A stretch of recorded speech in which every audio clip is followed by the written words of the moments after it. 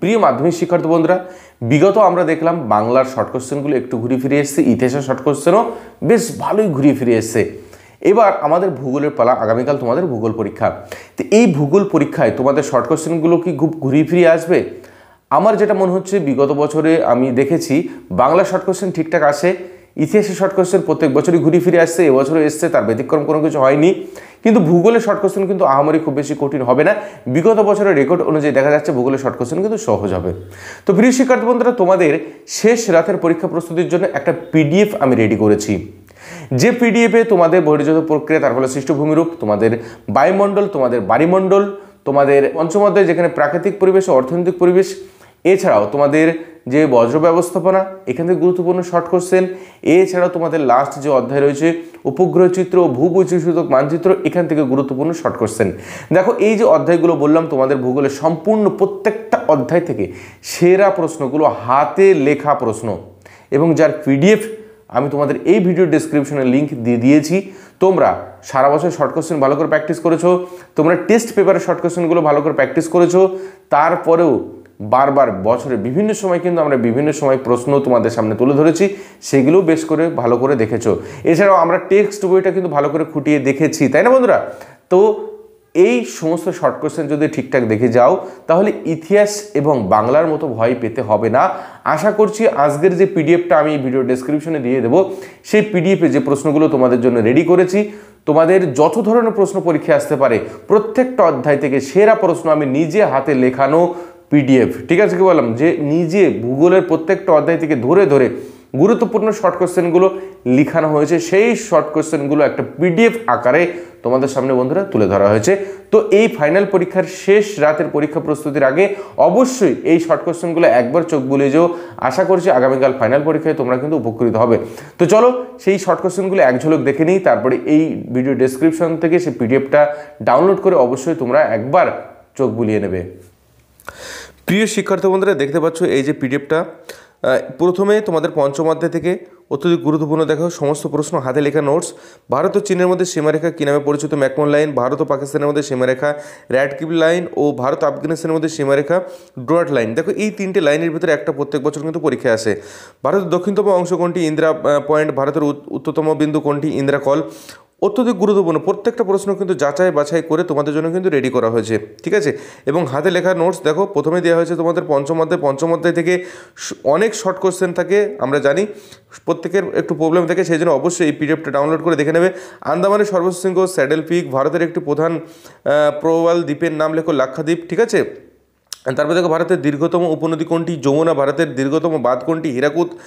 হীরাকুদ বাঁধ কোন নদীর উপর গড়ে উঠেছে? মহানদীর উপরে। দেখো, একদম মানে D2, মানে প্রত্যেকটা জায়গা থেকে যেখান থেকে খুঁটে খুঁটে প্রশ্ন আসতে পারে সেই জায়গাগুলো ধরে ধরে কিন্তু তোমাদের সামনে এখানে তৈরি করা হয়েছে। প্রত্যেকটা প্রশ্ন এখানে তৈরি করা হয়েছে এবং দেওয়া হয়েছে দেখো, হ্যাঁ, মৃত্তিকা থেকে, মানে একদম টোটাল সিলেবাসের ওপরে, একদম সম্পূর্ণ সিলেবাসের ওপরে যে জায়গাগুলো থেকে প্রশ্ন আসতে পারে। অবশ্যই 1 ঘন্টা টাইম নিয়ে এই পিডিএফটা শেষ করতে তোমাদের 1 ঘন্টা টাইম লাগবে, কারণ অধিকাংশ প্রশ্নের উত্তর তোমাদের কিন্তু অলরেডি পড়ায় রয়েছে। সামাজিক বনসৃজন, কৃষি বনসৃজন 2 মার্কের জন্য আসতে পারে, ঠিক আছে? তারপরে এখানে দেখো, বায়ুমণ্ডল কাকে বলে? অ্যালবেডো কী? কার্যকরী সৌর বিকিরণ কাকে বলে? বায়ুমণ্ডল থেকে। বায়ুমণ্ডল কোন গ্যাসের পরিমাণ সব থেকে বেশি? নাইট্রোজেন। আমরা জানি বায়ুমণ্ডলের নাইট্রোজেনের পরিমাণ কত? 78।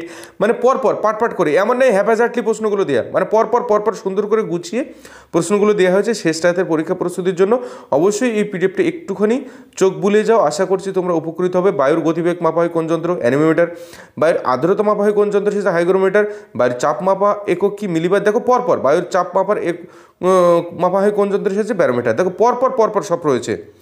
আমি কি বলেছি? এটা কিন্তু সব পরপর সুন্দর করে হাতে লেখা নোটস, এটা ঠিক আছে? আমি নিজে লিখিয়েছি এগুলো, ঠিক আছে? তো এগুলো অবশ্যই তোমাদের গুরুত্ব সহকারে শেষ রাতের পরীক্ষা প্রস্তুতির জন্য দেখে যেতে হবে। প্রত্যেকটা অধ্যায় থেকে রয়েছে, কোনো অধ্যায় বাদ নেই, ঠিক আছে? বায়ুমণ্ডল, বাড়িমণ্ডল, তোমাদের হচ্ছে বজ্র ব্যবস্থাপনা, সব জায়গা থেকে দেখো। তারপর তোমাদের অনেকের সমস্যা আছে এই জায়গাগুলো থেকে, যেরকম উপগ্রহ চিত্র, ভূবৈচিত্র্য মানচিত্র। স্যার, এখান থেকে গুরুত্বপূর্ণ শর্ট কোশ্চেন কোনগুলো? দেখো, সার্ভে অফ ইন্ডিয়া কত সালে গঠিত হয়? 1767। সার্ভে অফ ইন্ডিয়ার সদর দপ্তর কোথায়? দেরাদুন। কলকাতায় SOI এর শাখা সদর দপ্তর কোথায় অবস্থিত? Park street. ভারতের উপগ্রহ গবেষণার প্রধান কার্যালয় কোথায় অবস্থিত? হায়দ্রাবাদ। RF এর পুরো নাম কি? রিপ্রেজেন্টেটিভ ফ্র্যাকশন বা ভগ্নাংশ সূচক স্কেল। এইগুলো দেখো পরীক্ষায় প্রশ্ন আসে, তুমি এই জায়গাগুলো ভালো করে দেখো। যেরকম বজ্র ব্যবস্থাপনা থেকে বিশ্ব পরিবেশ দিবস কত তারিখে, কঠিন বজ্রের নাম লেখো, একটি তরল বজ্রের নাম লেখো, একটি গ্যাসি বজ্রের নাম লেখো, একটি তেজস্ক্রিয় বজ্রের নাম লেখো, ঠিক আছে। সমস্ত জায়গাগুলো থেকে একটুখানি শেষবারের জন্য এই শর্ট কোশ্চেনগুলো চোখ বুলিয়ে যাও। এখান থেকে সমস্ত প্রশ্ন কমন পাবেই পাবে, কোনো প্রশ্ন বাদ দেওয়া হয়নি এবং প্রত্যেকটা প্রশ্ন একদম পরপর তোমাদের সামনে তুলে ধরা হয়েছে। এই পিডিএফটা, এই অমূল্য পিডিএফটা, যার কোনো মূল্য এই মুহূর্তে দেওয়া সম্ভব নয়, এই পিডিএফটা সম্পূর্ণ ফ্রি। এই ভিডিওর ডেসক্রিপশনে লিঙ্ক দেওয়া রয়েছে, সেখান থেকে ডাউনলোড করে নিয়ে 1 ঘন্টা টাইম নিয়ে প্রত্যেকটা প্রশ্ন একবার চোখ বুলিয়ে যাও, কালকে পরীক্ষার খাতায় মিলিয়ে নেবে। প্রথম অধ্যায়টা দেখো এখানে তুলে ধরা হয়েছে, অবরোহণ আরোহণের সম্মিলিত ফলকে পর্যায়ন, পর্যায়ন কথাটি ব্যবহার করেন কে? চেম্বারলিন। স্যালিসবেরি গেট কথাটি ব্যবহার করেন কে? GK Gilbert. ভূমিরূপ পরিবর্তনকারী শক্তিগুলির মূল উৎস কি? সূর্য। দেখো প্রত্যেকটা প্রশ্ন পরপর সুন্দর করে এখানে তোমাদের দিয়ে দেওয়া হয়েছে, ঠিক আছে। তো এই প্রশ্নগুলো অবশ্যই একবার তোমাদের দেখে যেতে হবে। এখানে কোনো প্রশ্ন বাদ রাখা হয়নি। যে প্রশ্নগুলো পরীক্ষায় আসতে পারে, যে প্রশ্নগুলো টেস্ট পেপারে বারবার রিপিট হয়, সেই প্রশ্নগুলোই তুলে ধরা হয়েছে। তো বন্ধুরা, আগামীকাল ভূগোল পরীক্ষার জন্য তোমাদের জন্য অনেকের আশা করছি এই পিডিএফটা দেখে প্রস্তুতি আরও সুন্দর হয়ে যাবে। তোমরা অলরেডি অনেক ভালো প্রস্তুতি নিয়েছো, তারপরেও প্রশ্ন অনেকটা গুণ তোমাদের কিন্তু সুন্দর হয়ে যাবে। তো অল দ্য বেস্ট, সেই শুভকামনা রইল। আগামীকাল ফাইনাল পরীক্ষায় দুর্দান্ত পরীক্ষা দেবে, সেই শুভকামনায় আজকের ভিডিও এখানে শেষ করছি।